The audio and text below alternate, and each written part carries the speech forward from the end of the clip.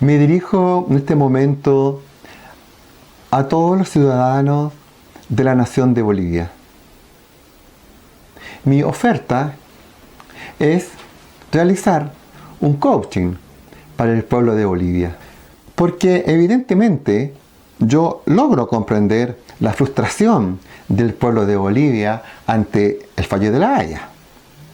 Entonces, la pregunta es, ¿Bolivia se va a quedar sumida en una rabia, una frustración, un sentido de limitación, de sentirse aislada, de sentirse que no puede tener un desarrollo como país porque no tiene salida soberana al mar? ¿O bien preferimos una mirada proactiva, una mirada de futuro, una mirada más sana? Importa mucho los elementos que uno seleccione en la observación del hecho, porque los elementos que uno selecciona nos van a llevar a conclusiones, y estas conclusiones nos llevan también a emociones. Entonces, ¿cómo manejar esta rabia, esta frustración? Bueno, reencuadrando los elementos que seleccionamos. Yo considero que no es sano creer y hacer que los niños crezcan con la idea de que Chile le robó el mar a Bolivia. Este video, amigos, no trata ni de historia ni de política. Es un video de desarrollo humano, un video de aprendizaje, un video que no tiene que ver con los elementos contingentes. Sin embargo, va a ser necesario hacer algunos comentarios de tipo político o histórico. Tal como uno va a un coach, a una oficina, a un psicólogo y le dice al psicólogo, bueno, cuénteme cómo era su papá, cuénteme cómo era su expareja. Claro, hay una historia, pero esa historia está orientada a cómo resolvemos la situación de aprendizaje actual. Por tanto, es necesario que hagamos una consideración histórica. Recordemos que en 1866 el presidente de Bolivia, Manuel Mariano Melgarejo, celebró un tratado limítrofe con Chile sobre una frontera común que se establecía entre los paralelos 23 y 25. A continuación, en 1874, Chile y Bolivia firman un nuevo tratado limítrofe con un protocolo adicional que establecía el límite en el paralelo 24, pero se eliminaba la medianería o la mancomunidad de derechos establecida en el tratado anterior. Estos son los productos provenientes de la explotación y los derechos de exportación percibidos sobre minerales extraídos en el territorio comprendido entre los paralelos 23 y 25. Importante que a cambio de esto se comprometía a Bolivia a no incrementar los impuestos a las personas, capitales y negocios chilenos en la zona por 25 años.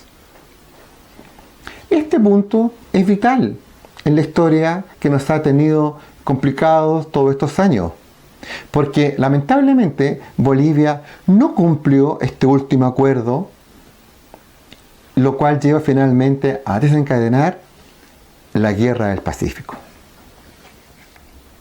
Ahora, vamos a revisar el lenguaje que se ha utilizado en Bolivia sobre todos estos hechos. Cuando hacemos coaching con una persona, nos fijamos fundamentalmente en las palabras que usa. Y aquí yo quiero recordar las palabras más usadas por Bolivia en todo este asunto y sobre todo en el tema de La Haya. ¿Por qué? Porque el lenguaje modela realidad. Importa lo que yo digo, importa cuántas veces lo digo, importa el tono en que lo digo, porque de una u otra manera estoy indicando que ese es el tema que a mí más me afecta. Revisemos entonces la palabra enclaustramiento. Una palabra muy usada, uno la puede ver que está en los videos, ¿cierto? En las entrevistas oficiales, ¿cierto? En los mensajes. Bolivia está enclaustrada. Puede que la palabra enclaustramiento no sea la más apropiada para que uno pueda redefinir y remodelar la mirada sobre el tema del mar. Y también podría decir lo mismo Paraguay, Suiza, Eslovaquia, Hungría, Serbia. Pero parece que estos países no les afecta mucho su enclaustramiento para desarrollarse, para crecer y para tener una vida normal. Ahora, por otro lado, cualquier boliviano puede salir a cualquier parte del mundo. Entonces, ¿qué sentido tiene usar esta palabra que de una manera u otra connota pena, rabia, frustración, humillación? Yo les propongo, la palabra apropiada se llama mediterraneidad. Bolivia es un país mediterráneo, como Paraguay, como Suiza, como Hungría, como Austria. Y esa situación de ser países mediterráneos no les ha impedido ser países desarrollados. Otra palabra que los invito a que revisemos: reivindicación marítima. Esta palabra, reivindicación, hace referencia a una cosa a la que se cree contar con derecho. Pero la Haya fue clara al respecto. Dice la Haya: no existe obligación de Chile de negociar con Bolivia una salida al mar con soberanía. Entonces, ¿qué reivindicación se hace cuando se está diciendo que no hay un derecho? Todo lo contrario, la Corte apuntó que en ningún caso se obligaría a Chile a ceder soberanía, porque no está en cuestión. Es importante esto porque el gobierno de Bolivia de alguna manera quiso mostrar que con la demanda de la Haya se iba a reivindicar este derecho y que la Haya iba a dar una salida soberana al mar, lo cual nunca fue así. Siempre se supo por el lado boliviano y chileno, en cuanto a los abogados, a la gente experta, que lo que estaba en juego era simplemente una negociación, si ustedes quieren, sobre un posible acceso soberano al mar. O sea, aquí nunca se habló de un derecho que tenía Bolivia. A lo más, si el fallo iba a ser contrario a Chile, todo lo que significaba ese fallo era simplemente ponerse a conversar sin resultado previo, porque si no, no es conversación. Yo me hago la pregunta: ¿les explicaban a ustedes los medios informativos del gobierno de que en realidad ese era el objetivo de la demanda? Porque de alguna manera los medios decían que Antofagasta volvería a ser boliviana, y eso no era verdad. Por tanto, la palabra reivindicación no tiene sentido, no es apropiado, pero lo más importante es que no es sano usarla, porque yo voy a creer que me deben devolver lo que es mi derecho, pero yo no puedo pedir que me devuelvan algo sobre el cual no tengo derecho, porque el tratado de 1904, que fue firmado por Bolivia en momentos de paz, no había guerra, que fue ratificado por el Congreso, fue muy claro al definir límites marítimos, y en ese momento Bolivia pasa a ser un país mediterráneo, como dije, no un país enclaustrado. Bolivia, en la Guerra del Pacífico, perdió su acceso soberano al mar. En el Tratado de 1904 lo cedió a perpetuidad a Chile. Aquí hay una palabra que yo también la recuerdo, ya que estamos usando las palabras. ¿Qué significa la palabra perpetuidad? La palabra perpetuidad significa para siempre. Mientras existan Chile y Bolivia, están trazadas las fronteras a perpetuidad. Por tanto, ¿qué sentido tiene continuar con lo mismo? Austria jamás ha pretendido reivindicar los inmensos territorios perdidos en la Primera Guerra Mundial. Alemania perdió territorio con Francia, con Polonia, pero países con los que hoy mantiene relaciones excelentes. Entonces, ¿no será mejor que olvidemos este asunto de la reivindicación marítima y que tengamos las mejores relaciones posibles? Otro argumento, otra palabra que uno escucha en forma continua en Bolivia es que Bolivia nació con mar. Pero que Bolivia haya nacido con mar es irrelevante, porque Bolivia perdió el acceso al mar. No porque uno tuvo algo por siglos, y porque lo tuvo por siglos, después lo recupera. Menos aún si lo cedió en un tratado. Por tanto, la propuesta de lenguaje es cambiar la frase reivindicación marítima por cumplimiento de un tratado. Revisemos otra más. Chile nos invadió. Revisemos esta frase.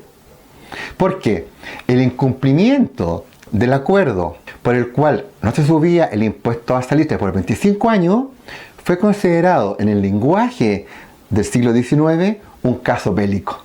Es decir, Chile no podía aceptar así como así que este tratado no se cumpliera y Chile tenía el derecho a negarse. Además, Chile fue amenazado de la expropiación de las empresas chilenas, por lo cual desembarca tropas en Antofagasta. Es importante decir que este hecho sucede en febrero de 1879. En esa fecha Chile no declaró la guerra a Bolivia. Era el momento preciso para negociar con Chile. Es decir, cuando Chile desembarca tropas, no inició una guerra necesariamente. Como tampoco cuando Bolivia sube el impuesto, tampoco necesariamente inicia una guerra. Son acciones de fuerza entre dos países para ver cuál de los dos triunfa o impone su tesis. Porque fue en marzo de 1879 cuando Bolivia le declara oficialmente la guerra a Chile. Así fue. El desembarco de tropas no implicó que Chile declarara la guerra. Yo le puedo decir, no se puede seguir alimentando eternamente resentimiento. No es sano. No se puede seguir intentando torcer los tratados que a uno no le gustan porque los antepasados los firmaron. Hay un linaje histórico. Yo debo hacerme cargo de las propiedades que vendió o que entregó mi bisabuelo.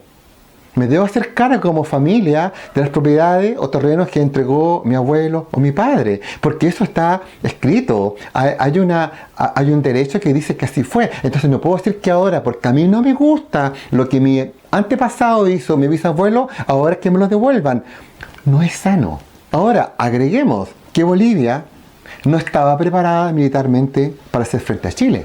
Pero algún funcionario, algún ministro, embajador en Bolivia, pensó que era así porque también se amparó en un tratado secreto con Perú. Los resultados son de todos conocidos. Hubo una guerra y Bolivia tuvo que entregar el departamento del litoral. Por eso en este coaching para Bolivia yo hago la pregunta: ¿hasta cuándo el pueblo boliviano va a seguir culpando a Chile de sus propias decisiones? Entonces, la frase "nos invadió Chile" no se condice con la realidad de que Chile intentó antes negociar para impedir que fueran rematadas las salitreras. Entonces, cuando el pueblo boliviano repite incansablemente estas frases que están escritas en sus libros de historia, con las que se contaminan a los hijos, olvidan su relato, el alza de impuestos, olvida que Bolivia amenazó a Chile con embargo y olvida que hubo un tratado secreto con Perú, porque todo eso también es parte de la historia. Por tanto, la respuesta ante esta frase es: ¿va a seguir el pueblo de Bolivia por generaciones, por siglos, contándose a sí mismo una historia de víctima? ¿O va a cambiar su relato por una historia de redención?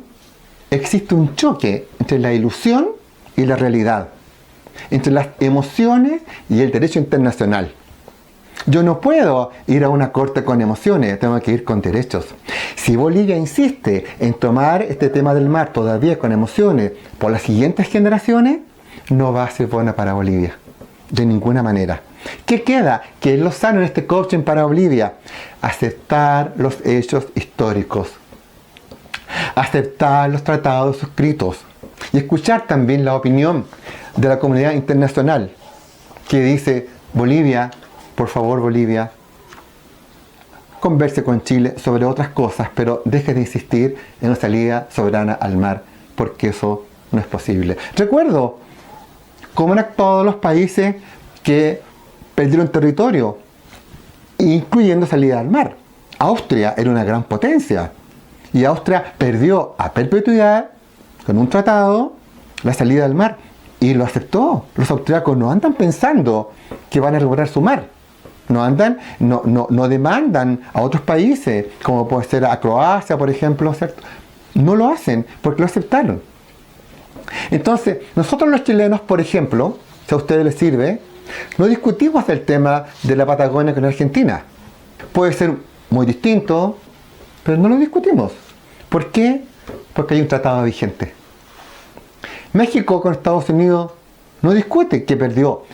México perdió la mitad de su territorio con Estados Unidos. Sin embargo, hay un tratado, hay un límite y México lo respeta.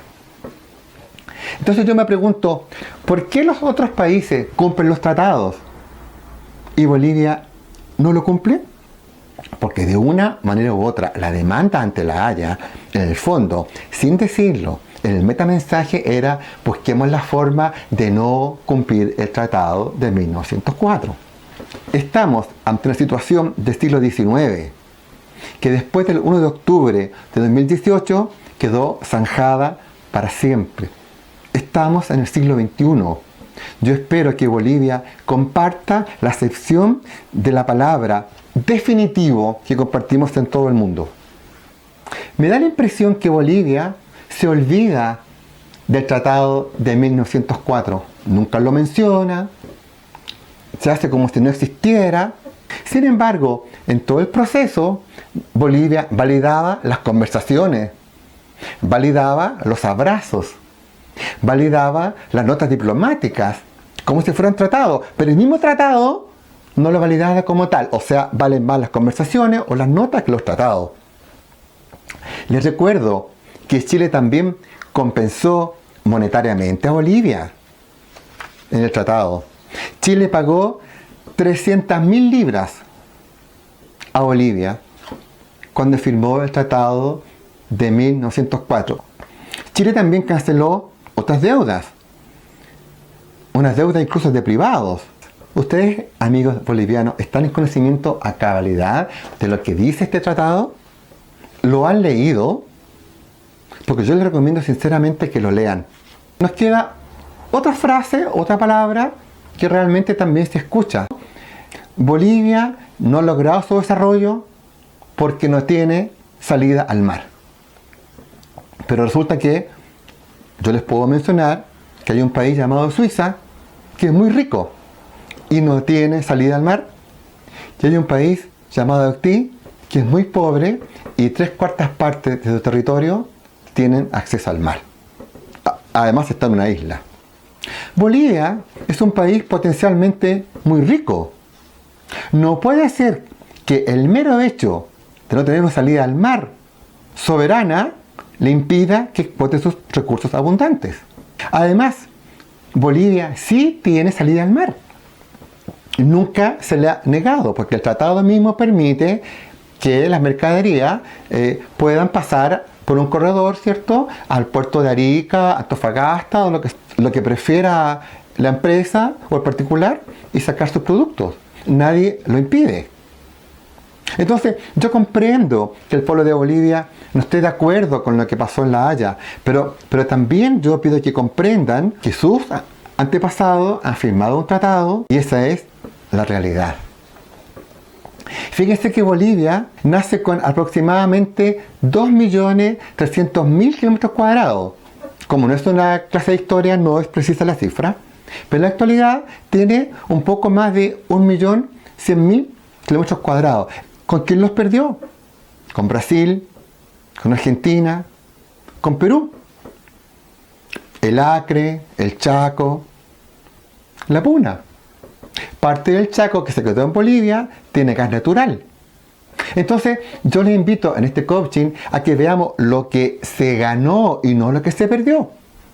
Porque las fronteras no estaban fijadas. Menos para Bolivia, que nace después de sus países vecinos. Y Bolivia nace en todo caso mucho después de Chile. Cuando Chile era una república, nace Bolivia desprendida de Perú. Pero el Chaco, ¿era exactamente boliviano o era paraguayo? Por tanto, queda la pregunta, ¿por qué no disfrutamos la parte del Chaco que se consolidó como soberano? Y ese es el punto. Entonces, Yo invito a Bolivia a reinventarse en este coaching, a ser resiliente. Tras este 1 de octubre de 2018, no me gustaría como chileno y como coach que siga Bolivia pensando que perdió para los siguientes siglos, y que las relaciones con Chile sigan de nuevo contaminadas por estas cosas que ya dijimos: enclaustramiento, ¿cierto? Invasión, ¿ya? Todas estas palabras que realmente no nos ayudan. Yo pienso que Bolivia no puede hipotecar su futuro por el pasado. De alguna forma también nos afecta a nosotros y a los vecinos. Le afecta a Brasil, a Argentina, a Perú.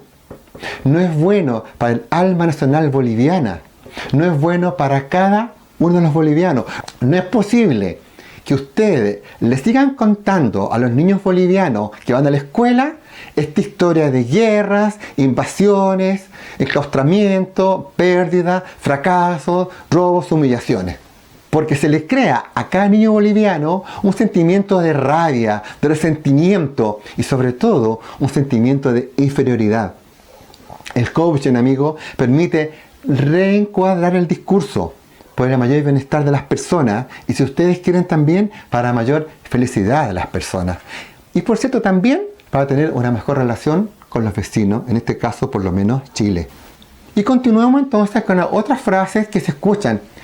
El Tratado de 1904 no resuelve la mediterraneidad de Bolivia. No es sano, no es verdadero afirmar que hay un problema no resuelto cuando está resuelto.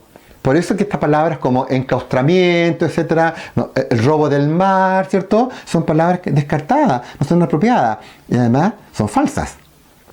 Entonces, amigos, no es posible creer en 1904 que los diplomáticos bolivianos no supieran lo que estaban firmando. Sí sabían que estaban entregando el departamento del litoral.